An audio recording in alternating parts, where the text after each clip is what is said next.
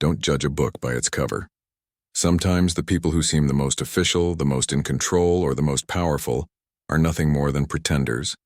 And in today's story, that truth couldn't be more relevant. Imagine this. You're standing in your driveway, coffee in hand, ready to leave for work. Suddenly, two men dressed in what looks like police tactical gear step out of a black SUV. They flash badges, bark your name, and tell you that you're under arrest for violating HOA security regulations. The neighbors are peeking out from their blinds. Whispers ripple through the cul-de-sac and your heart starts pounding. But here's the thing, this isn't a normal arrest.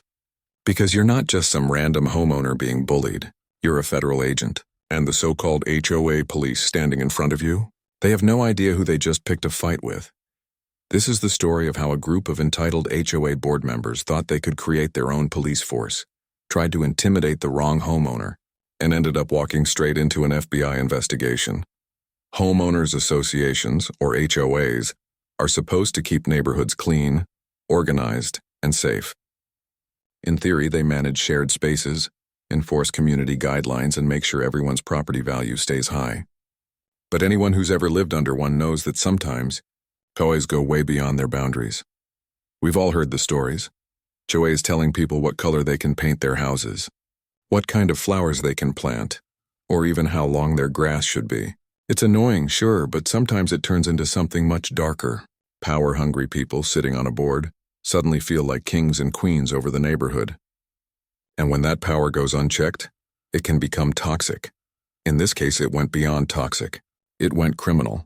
What starts as a disagreement about minor violations like parking, yard maintenance, or mailbox color spirals into something shocking: the HOA deciding to create its own security task force. At first, it looked like a handful of self-important board members patrolling the streets in reflective vests. Annoying but harmless. But soon it escalated: uniforms, fake badges, vehicles marked with magnetic decals that looked eerily close to real police logos. And then came the arrests, fake arrests. Now most people would be terrified. And that's exactly what the HOA wanted, to scare residents into obedience. But they made a huge mistake when they picked the wrong target. The man they tried to arrest wasn't just a homeowner, he was a federal agent with the FBI. This story matters because it shows just how dangerous unchecked entitlement can become. It's not just about petty HOA rules or neighborhood drama, it's about power, abuse, and the very real danger when people start pretending to have authority they don't. And as you'll see, it leads to a shocking confrontation. An FBI sting operation and the exposure of a tunnel, yes, a literal secret tunnel, beneath the neighborhood that changed everything. But before we get to the shocking arrests and the tunnel, we need to rewind. Because this story didn't explode overnight. It started with small suspicious events that seemed odd but not dangerous, at least not at first. At first, life in the neighborhood seemed normal enough. The protagonist, let's call him Daniel, moved in with his wife and 2 kids. He wasn't flashy, didn't brag about his job, and never told anyone he was FBI. To his neighbors, he was just another homeowner. A nice guy who kept his lawn neat, waved at people, and paid his HOA dues on time. But Daniel noticed something odd almost immediately. The HOA board members were intense. They held meetings twice a week, sometimes 3. Notices appeared on doors for the smallest infractions. A trash can left out an hour too long. A car tire touching the edge of the grass, a basketball hoop visible from the street. And then came the security patrols. At first, it was just a couple of board members walking around with clipboards. But within weeks, they were wearing matching polo shirts with HOA security embroidered on them. Then came radios, reflective vests, and eventually black SUVs with flashing yellow lights mounted on top. Daniel found it amusing, until they started targeting him. It began with petty warnings. His kids' bikes left near the garage. His wife's flower arrangement being non-compliant with neighborhood color standards. Then came the fines. Small at first, $25 here, $50 there. But Daniel noticed something strange. Other neighbors weren't getting fined for the same things. It seemed personal. The first truly bizarre moment came one evening when Daniel noticed a man in a reflective vest standing at the end of his driveway. For hours, when Daniel confronted him, the man claimed he was monitoring compliance. Daniel told him to leave his property, and the man walked off without protest. But the message was clear. They were watching him. The following week, Daniel's mailbox was vandalized. A letter arrived from the HOA saying his damaged mailbox needed to be replaced immediately. Daniel replaced it. A month later, it happened again. And again, the HOA fined him for failure to maintain property standards. At this point, Daniel's instincts kicked in. He'd dealt with criminals who used intimidation tactics before, and this felt eerily similar. He began documenting everything. The notices, the patrols, the suspicious activity near his home. One night, he noticed something chilling. A group of HOA security officers gathered near the clubhouse after dark. They weren't just chatting. They were unloading duffel bags from the back of an SUV, bags filled with tactical gear. Vests, helmets, even what looked like batons. Daniel took photos from a distance. The next morning, an official HOA letter was taped to every door in the community.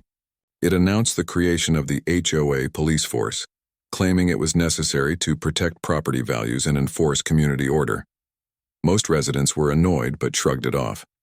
Daniel, however, knew better. He'd seen criminal organizations disguise themselves in authority before. This wasn't just an HOA power trip. It was the beginning of something much darker. The first arrest happened a week later. A teenage boy down the street had parked his truck slightly over the community line. Witnesses said the HOA police showed up in 2 SUVs, blocked his driveway, and physically restrained him until his parents came outside screaming. They let him go, but not before issuing a $500 fine. Daniel's blood boiled. He knew this was illegal. He debated reporting it immediately, but decided to wait. As an FBI agent, he wanted more evidence before making a move. That decision would come back to haunt him, because only days later, Daniel himself became their target. It started with loud knocks on his door at midnight. When he answered, 2 men in tactical vests stood there, claiming they had a warrant for his arrest. The charges? Multiple violations of HOA law. Daniel almost laughed in their faces. But when one of them reached for his wrist, Daniel's instincts told him this was no joke. For now, he played along. He didn't reveal who he really was. He let them talk, let them believe they had control. But inside, he was planning his next move. And just when he thought it couldn't get worse, something happened that changed everything.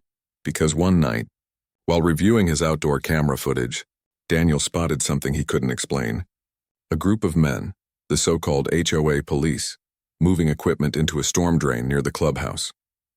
Not trash bags, not tools, but crates, heavy, locked crates. And when he zoomed in, he saw something unbelievable. A tunnel entrance. That's where part 1 ends. Because from here, the story spirals out of control. The fake arrests, the hidden tunnel, the FBI sting, and the shocking climax are all coming. But before we get there, you need to know just how far the HOA was willing to go, and how Daniel turned the tables on them. Daniel has just discovered evidence of a hidden tunnel connected to the HOA police force. He knows something big is going on, but he hasn't revealed his FBI identity yet. The footage of the tunnel gnawed at Daniel.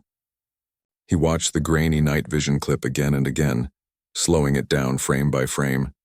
The HOA officers weren't just dumping things. They were organized. 2 men hauled a heavy crate, another directed with hand signals, and a fourth kept scanning the street like a lookout. Then, one by one, they disappeared into the storm drain. Daniel paused the video at the exact frame where the grate slid back into place. If he hadn't seen it with his own eyes, he wouldn't have believed it. Why would a homeowners association need a tunnel?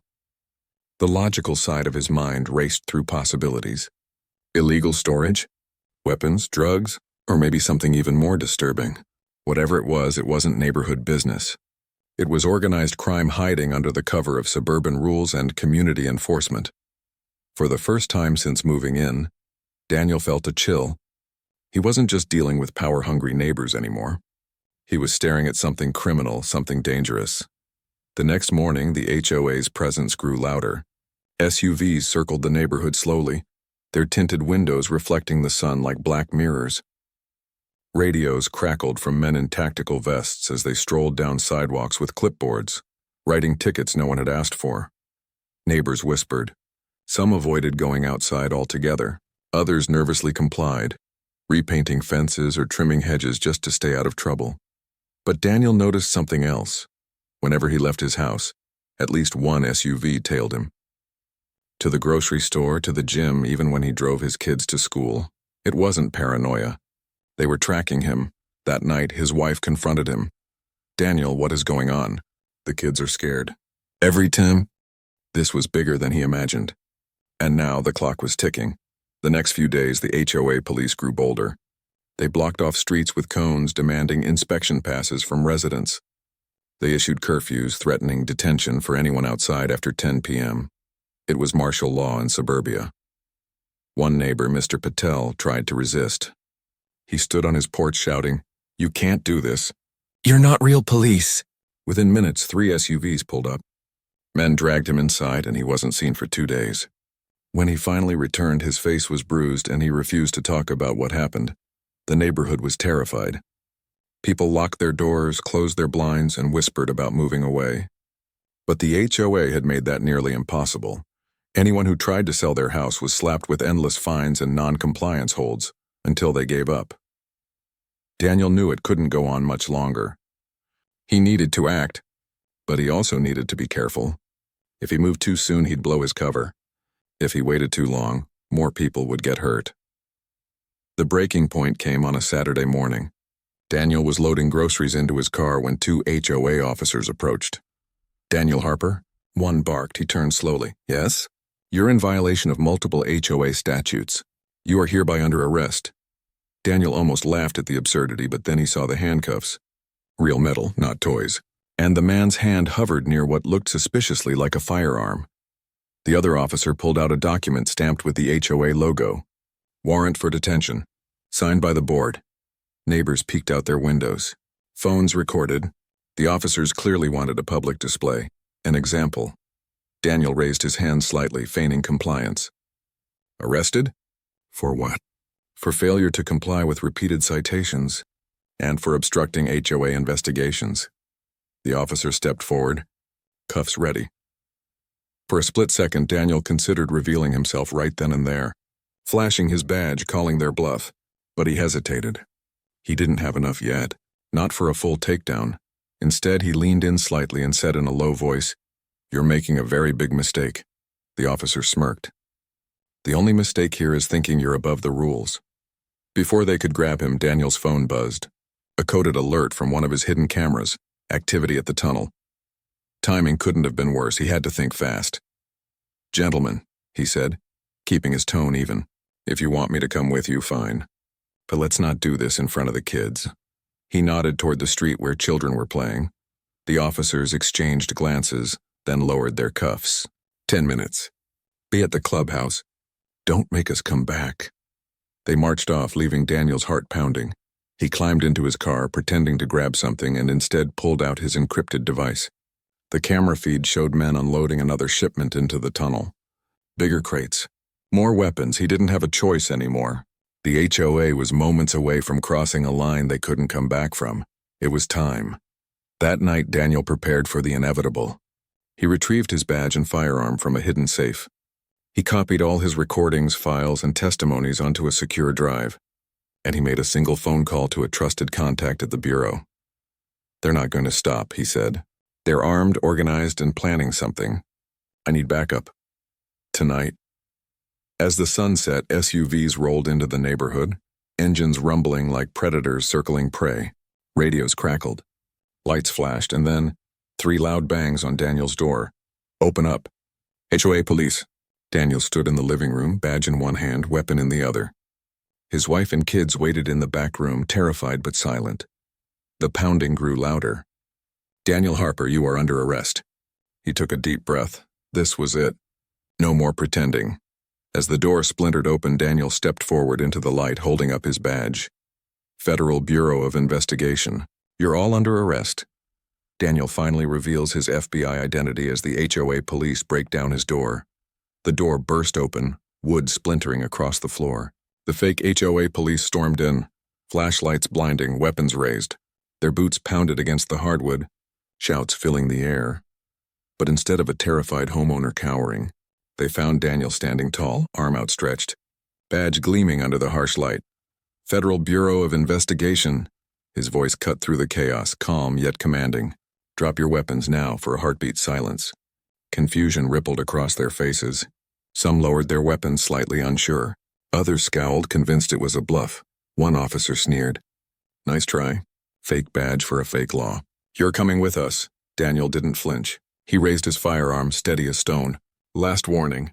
Stand down."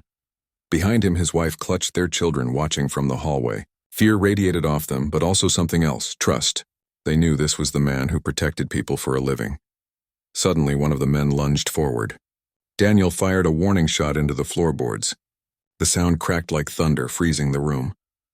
That was when the sound of sirens pierced the night. Real sirens. Red and blue lights flooded the street outside. Engines roared as unmarked FBI vehicles screeched to a halt. Agents in tactical gear swarmed the cul-de-sac, shouting commands through megaphones. "Federal agents, drop your weapons. Hands where we can see them."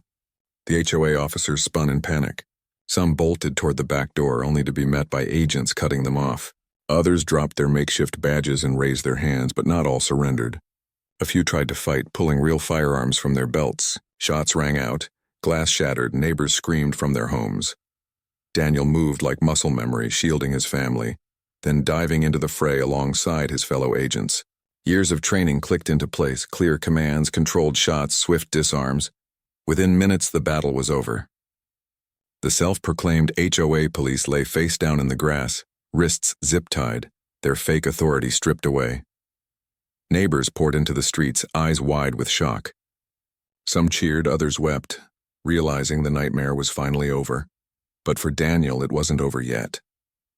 Because he knew the real danger still lurked underground. He turned to his lead contact, Special Agent Ruiz. "The tunnel. We need to move now." Guided by Daniel's intel, the FBI converged on the storm drain near the clubhouse. Agents pried open the grate, weapons ready. One by one, they descended into the darkness. Daniel led the charge. The air was damp, heavy with mildew. Flashlights swept across concrete walls as boots splashed through shallow water. They reached the chamber he'd discovered, the one lined with crates. But now it looked different. Many crates were gone, dragged deeper into the tunnel. The remaining ones were open, revealing assault rifles, night vision goggles, and stacks of unmarked cash. "Looks like they were gearing up for something big," Ruiz muttered. Daniel nodded grimly. This wasn't about controlling a neighborhood. They were building a private army. The agents pressed forward. The tunnel branched into side passages, each echoing with distant clatters. The deeper they went, the clearer it became. This was no ordinary storm drain. Someone had expanded it, reinforced walls, added lighting, even ventilation systems. It wasn't just a tunnel. It was a bunker. Then came voices ahead. The agents froze, listening. Orders barked. Boxes shifting. Someone shouting about moving the last shipment. Daniel signaled silently. "Advance." They rounded the corner and found a sprawling underground chamber lit by bare bulbs. At least a dozen men worked frantically, loading crates onto dollies. At the far end, a steel door stood open, revealing yet another tunnel stretching into darkness. FBI. "Hands up!" Daniel's command thundered through the chamber. Chaos erupted. Some dropped their crates and ran. Others reached for weapons. Gunfire erupted, deafening in the confined space. The firefight was brutal. Bullets ricocheted off walls, sparks flying. Agents pressed forward with precision, taking cover behind crates, returning fire in controlled bursts. Daniel spotted a man in a tailored suit shouting commands. The ringleader. He wasn't dressed like the others. This was no grunt. This was the HOA president himself, their eyes locked across the chaos. The man's face twisted with rage. "You ruined everything," he shouted, grabbing a pistol. Daniel charged, weaving through cover. The two collided, grappling for control. The man swung wildly, but Daniel countered, years of training outmatching raw fury. With one swift move, he slammed the president against the wall, cuffs snapping onto his wrists. "It's over," Daniel growled. The man spat in defiance. "You don't understand.